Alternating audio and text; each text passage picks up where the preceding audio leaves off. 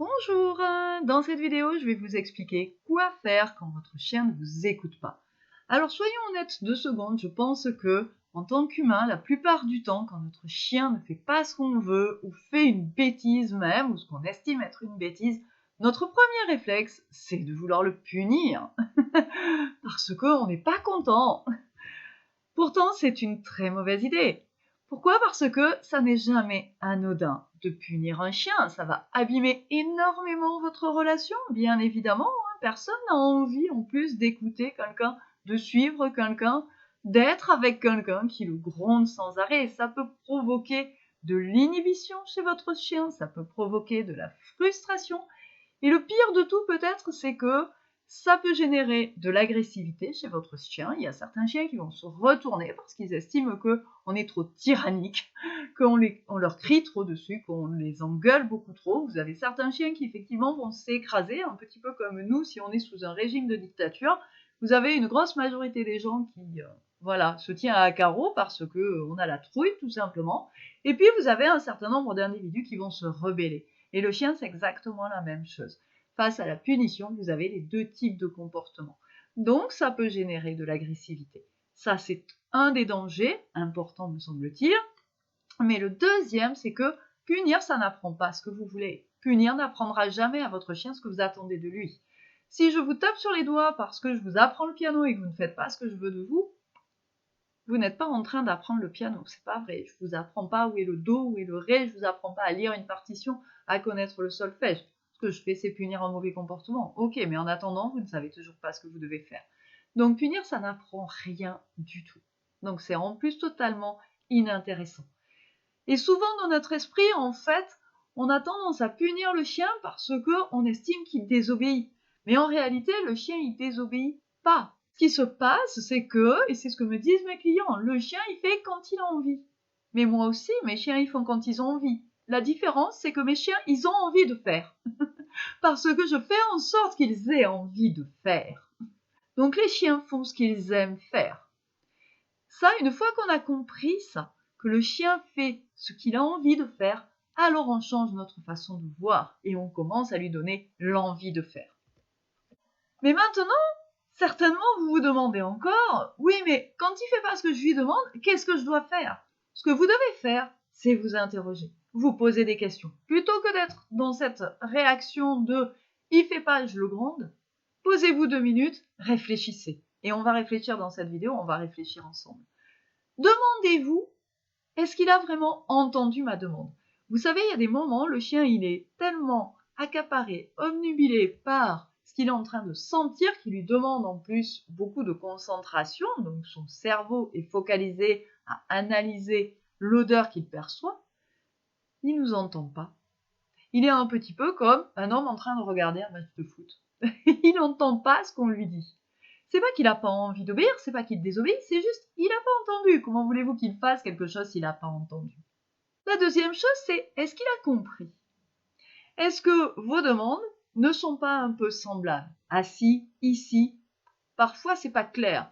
Et quand c'est pas clair, le chien, il peut faire une des deux demandes, ou alors il n'en fait aucune en se disant « j'ai pas compris, je fais pas ». On va essayer de faire en sorte que nos demandes soient faciles à identifier, à comprendre pour le chien.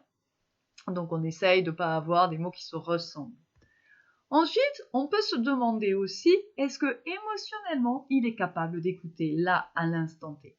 Le chien qui a très peur de quelque chose, il n'est pas capable d'écouter. C'est pas vrai. Un chien qui est hyper excité, c'est la même chose. Il n'est pas capable de se concentrer, d'écouter. Ça viendrait à l'idée de personne de faire réviser des mathématiques à un enfant la veille de Noël. Parce que le gosse, il est tellement excité que il a autre chose à penser.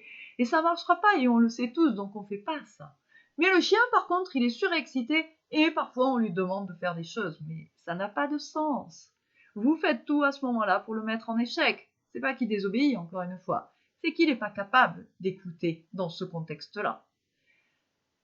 Ensuite, il y a une autre question que vous devriez vous poser, c'est est-ce qu'il est judicieux pour lui d'écouter?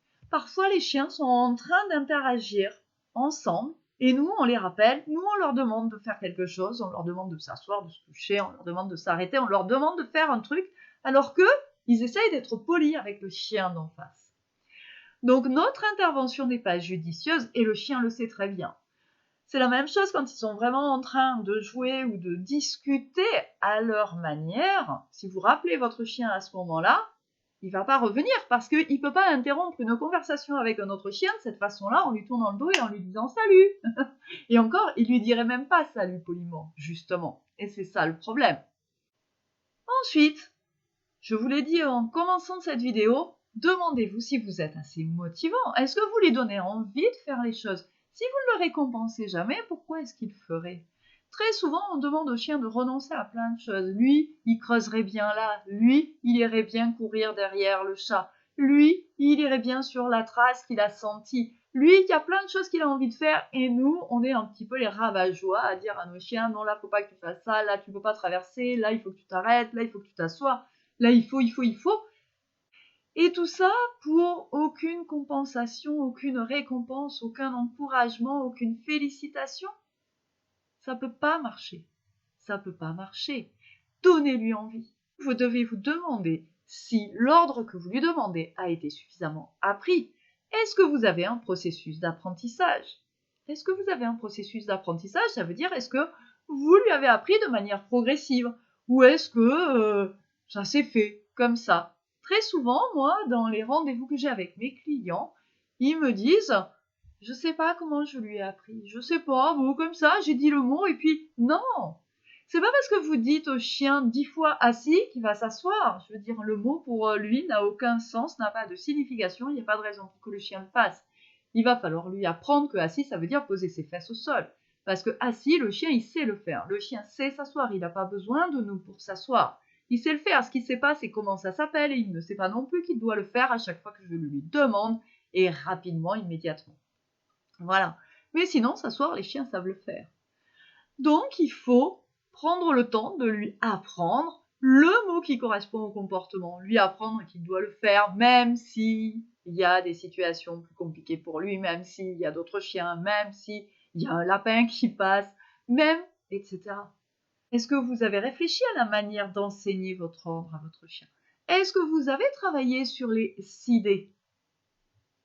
Est-ce que vous avez mis en place un ordre de libération, quelque chose qui dit au chien « Ok, c'est bon, là tu t'es assis, maintenant tu peux y aller ». Si vous n'avez pas tout ça, si vous n'avez pas travaillé là-dessus, alors votre ordre n'est pas convenablement appris et c'est normal que votre chien ne sache pas le faire ou ne le fasse pas à tous les coups en tous les cas. Et si vous ne savez pas ce que c'est que les idées, si vous ne savez pas ce que c'est que l'ordre de libération, si le processus, ça vous dit pas grand-chose et que vous voyez pas comment enseigner quelque chose à votre chien, alors je vous invite à télécharger le guide de l'apprentissage dont je mets le lien en description de cette vidéo. Il est totalement gratuit et il va véritablement vous aider à structurer vos apprentissages. Si vous vous posez toutes les questions que l'on vient d'évoquer ensemble dans cette vidéo, alors vous allez vous rendre compte que votre chien ne vous désobéit pas, mais qu'il n'est pas capable d'écouter la demande que vous lui formulez à l'instant T. Du coup, qu'est-ce que vous devez faire? Travailler encore et encore et encore et toujours pour qu'il soit capable de se concentrer davantage, pour qu'il soit plus attentif à vous, pour qu'il gère mieux ses émotions, pour que vos demandes deviennent des automatismes, tellement automatiques que le chien sera capable de le faire même quand il est excité. Qu'il sache qu'écouter est quelque chose de payant. Si vous faites tout ça, vous allez avoir des ordres béton. Vous allez avoir un chien qui va savoir faire et qui va faire avec plaisir.